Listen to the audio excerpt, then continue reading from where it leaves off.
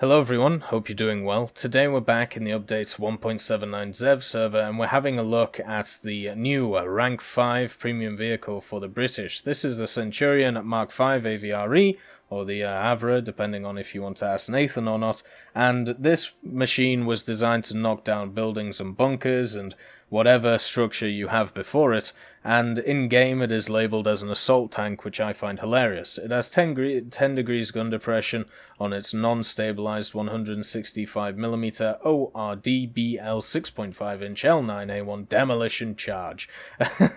With a projector. Sorry, I missed out the projector.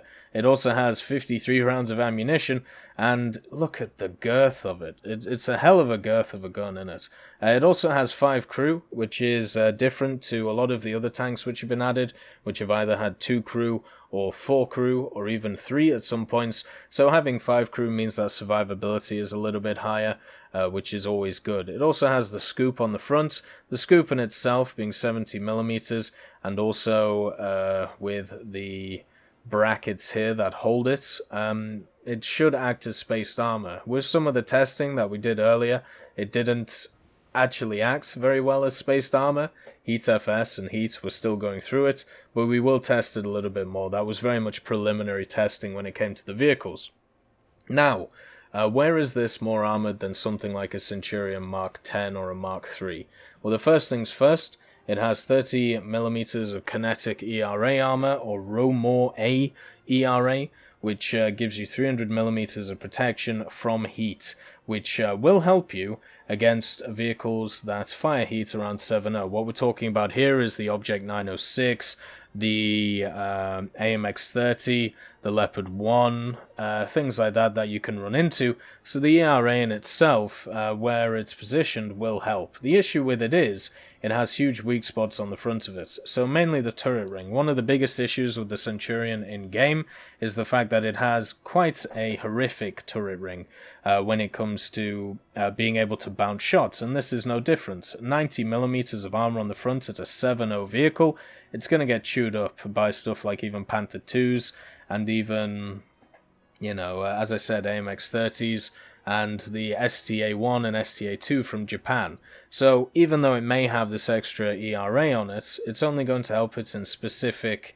scenarios, mainly against stuff like the Leopard 1, when people are just firing the high-cost HeatFS, or the AMX-30 with its heat. Most of the time, you're still going to get penned in this thing through the front. So you're going to have to be a little bit sneaky at 7.0 with this thing, but you can't really do that, because your round, the L33A1, which has 20.31 kilograms of TNT equivalent explosive, has 203mm of penetration, but the main characteristic that's the issue here is the 259 meters per second muzzle velocity. This means that you basically have a Brumbar, and with that said, if you hit with the Hesh, it's going to do a hell of a lot of damage. Maybe not fully knock out a vehicle, depending on the vehicle itself, but the majority of the time it's going to look at a vehicle and annihilate it. But still, you've got real issues here with this type of gun. The reason why stuff like the Centurion Mark 3, Centurion Mark 10, Vickers MBT, and even things like the Conqueror, well, not really the Conqueror, but let's just stick with these, the Vickers, the Centurion, and the Mark III, they had really good penetration, really high muzzle velocity, pretty good reloads on top of it. If you look at the AVRE, it's got a terrible reload of around about stock, I believe 28 seconds. Let's just check for you. Yeah, about 28 seconds. It has really low muzzle velocity, and yes, if it hits a target, it's going to do a lot of damage, but the issue is hitting a damn target, and it's not going to be easy to do with this thing, especially at ranges. As you go up the tiers in War Thunder, what you find, or the ranks I should say, what you find is larger and larger maps. So if you get on a map like Fulda Gap, there is no point in this vehicle. It is completely pointless. It is a situational vehicle where if you get on a city map or if you get into a town map, you will and can do well in it. But you can't on anything else. Composite side skirts are 70mm, which is nice, backed up by well, not a lot of armor behind it, but at least it's 70mm, which will keep your crew alive from AA and things like that, keep these two alive and some of these guys. but the ammunition, if you shoot here, is still available to blow up, and it will blow up greatly since it is a HESH round, and in War Thunder those go pop incredibly quickly. 650 horsepower engine, so you have an engine which has a hell of a lot of weight on it, and overall it doesn't move too bad. It has a bit of an issue traversing, but the turret rotation speed is surprisingly fast for the amount of stuff they've piled on the turrets. You also have a nice little area back here where you do have a bunch of, I suppose, crew things, you would call it. You also have a 7.62mm on the top, and because it's a premium, you get all of these modifications for free, so you don't have to worry about these at all. You also get access to smoke grenades, 12 of them, and they don't fire all at the same time, which is nice. That has been an issue with some of these vehicles that we've seen. And I'm actually just going to show you some of the camouflages on this, because I thought, why not? With the array and stuff, it's always nice to see the camouflages, and also the scoop itself does get a little bit of a paint job too. So that's probably the nicest skin. And then you get the winter camouflage, and of course the unicolor winter camouflage. So overall, pretty nice skins, a little bit less than usual, but they do the job. I would be incredibly surprised if we see a lot of these driving around. The STRV RB52, as you can see, it's been changed in name. This is 6.7, whereas the 5 AVRE is 7.0. So I don't know why you would take this unless you really want to grind out rank 6 with a vehicle. I would personally wait until they give us a British rank 5 premium, which is usable, instead of a donkey gun. Like, I look at the Magak, right? I look at even the T114, the Pattern 2 for the Germans, Object 120, the IS-6 is a lower rank, but the Object 120. I have a look at the AMX-30, and I compare them to what the Centurion is, and all of the others are just so much better in every way, just because they're designed to go after tanks. They're not designed to donk buildings, which is the issue with this. So yeah, hopefully when this hits live, the Centurion's scoop will actually act as spaced armor, but at this moment in time it is not. What is the good thing though? You do get an okay rangefinder on it, and you're going to need it on this machine, because as you can see, 190, you already have to aim up about here to hit the shot. And there you go. First HESH shell. People were telling me that this HESH shell was going to annihilate everything it touches. Well, there's an example where an IT1's driver and a fuel tank ate the shell. Now, a lot of people have been saying that HESH is going to be changed in this patch.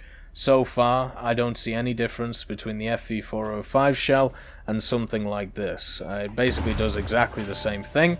Once again, straight through, not doing a lot. We actually killed the barrel on the ATGM there, which is interesting. Now, you may say, oh, it's because it's where you're aiming. And okay, we'll try the next one, see how it goes. We'll have a go at the T62, which is pretty much similarly armored. I did one-shot a Leopard A1A1 in this thing, but I mean, I don't put too much stock in it. I also one-shot a mouse, but I one-shot it by shooting it in the driver's port and it all bounced down. So it is possible, obviously, in vehicles like this to be able to one-shot vehicles. The issue is what you need out of it is a machine which can do it every single time. And the AVRE and stuff like the barn, the battle barn, are just not those vehicles for you. And remember, when we're measuring ranges here, what we're doing is finding out how far to shoot, and already we are having to aim up quite a ways to be able to shoot this. So there you go, hitting that in the turret killed it. It knocked out the crew, it knocked out everything in it. So it is possible to be able to donk on people on this, but you have to wait another 20 seconds to fire again, and within this time other tanks could have fired 3 to 4 rounds. The Object 906, what's its reload again? 4 seconds, so it can get off about 6 rounds to your 1, so you better hit that damn round. So 400 is the T55A, so we have to aim up all them. Oh yeah, it does have a ready rack, by the way, which is nice. We're gonna aim up. Oh, we fired over it because I wasn't paying attention.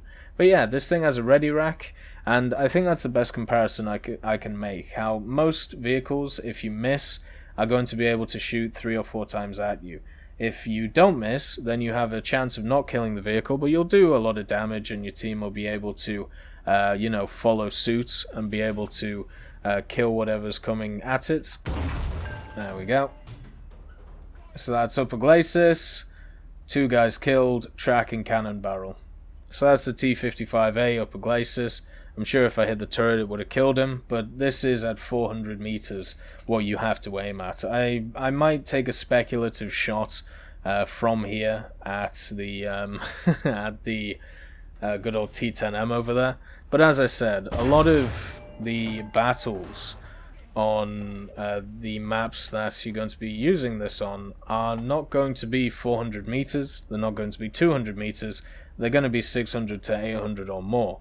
So as we can see, this is 600 meters away, so let's get the aimer up, get it right on the turret and ready to pounce. One thing I do want to do before we leave this though, here we go. It landed short. God damn it. So yeah, this is just for 600 meters, by the way. So imagine if you're on a map like Fulda or Kursk or any of the larger maps, this is going to be useless. Just take your STRV or take your Cent Mark 10. Or even take your Conqueror if you've decided to put this in your lineup.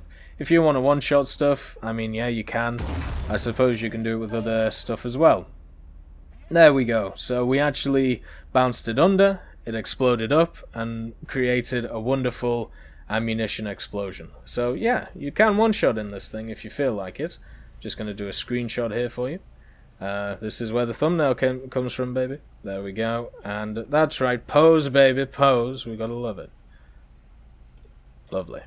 Right, now let's go back to the hangar, because some people were saying that this has a more explosive mass than the FV4005.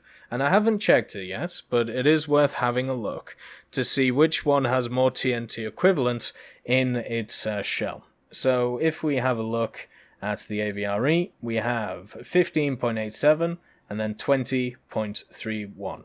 So let's have a look at the battle barn, which is here. We have 12.7 and 16.26. So it does actually have more damage, or more TNT I should say, than the battle barn. Does that mean that I would take it over the battle barn? No, because one of the great things about the battle barn is the fact that it has velocity behind its round, 716.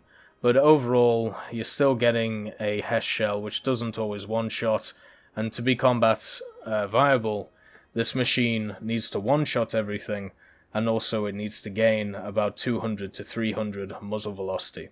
But anyway, I hope you enjoyed this video, and I'll see you next time.